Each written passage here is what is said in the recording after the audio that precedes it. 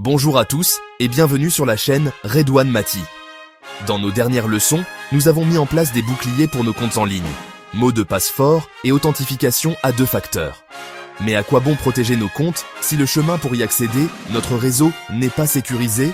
Aujourd'hui, on s'attaque à la sécurité de votre réseau Wi-Fi. On va voir comment protéger votre réseau domestique et pourquoi il faut être très prudent avec les Wi-Fi publics. C'est un sujet crucial et on commence tout de suite. 1.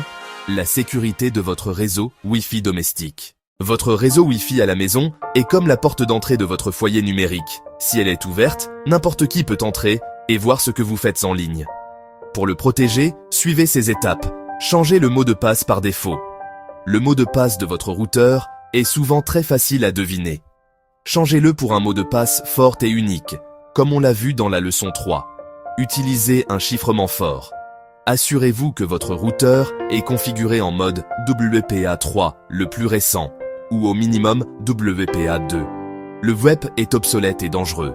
Cette option se trouve généralement dans les paramètres de sécurité de votre routeur. Renommez le réseau. Changez le nom par défaut de votre réseau, le SSID, pour qu'il ne donne aucune information sur le modèle de votre routeur ou votre fournisseur d'accès.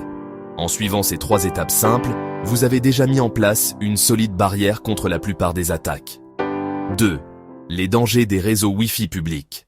Les cafés, aéroports ou hôtels proposent de souvent du Wi-Fi gratuit, mais c'est un piège.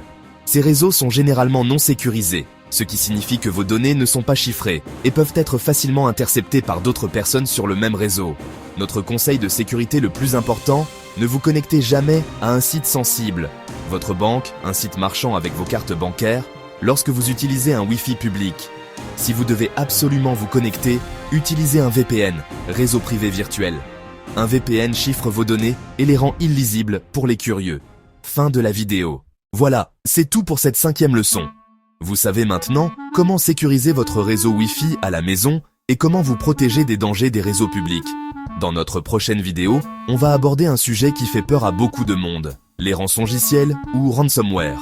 Je vous expliquerai comment ils fonctionnent et surtout comment vous en protéger.